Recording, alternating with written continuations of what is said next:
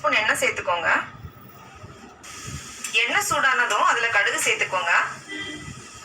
கடுகு உடைஞ்சதும் அதுல 2 பட்டை, 4 ஏலக்காய், 4 கிராம்பு, அப்புறம் 2 பிரியாணி இலை, 3 காஞ்ச மிளகாய் சேர்த்துட்டு இதுல ஒரு நறுக்குன வெங்காயம் சேர்த்துக்கோங்க.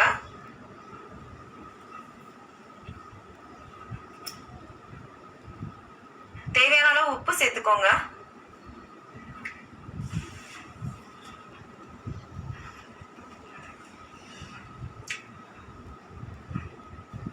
வெங்காயம் கொஞ்சம் ப்ரௌன் ஆனதும் அதுல 1 டேபிள் ஸ்பூன் இஞ்சி பூண்டு விழுது சேர்த்து அதோட பச்சை வாசனை போறது வரைக்கும் அதை வதக்கிக்கோங்க. இப்போ இதுல 3 பச்சை மிளகாய் சேர்த்துக்கோங்க. சேர்த்துட்டு அதை ஒரு வாட்டி மிக்ஸ் பண்ணிக்கோங்க. இதுல 1/2 டீஸ்பூன் மஞ்சள் தூள், 2 டீஸ்பூன் மிளகாய் தூள், அப்புறம் 2 டீஸ்பூன் தனியா சேர்த்துக்கோங்க. சேர்த்துட்டு இதை நல்லா மிக்ஸ் பண்ணிக்கோங்க. இப்போ இதுல ஒரு நறுக்குன தக்காளி சேர்த்துக்கோங்க. இதை ஒரு மிதமான சூட்ல கொஞ்ச நேரம் வேக வச்சிருங்க. இப்போ தக்காளி நல்லா வதங்கியாச்சு. இப்போ இதுல சிக்கன் பீசஸ் ஆட் பண்ணிக்கலாம்.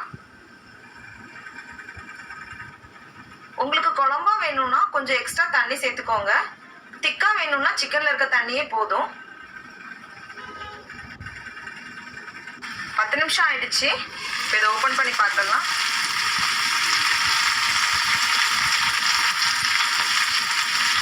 சிக்கன் நல்லா வெந்திருக்கு.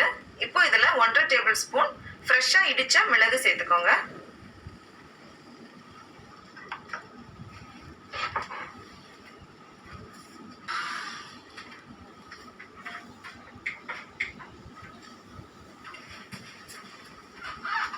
கடைசியா கொஞ்சம் கருவேப்பிலை சேர்த்து கார்னிஷ் பண்ணிக்கோங்க.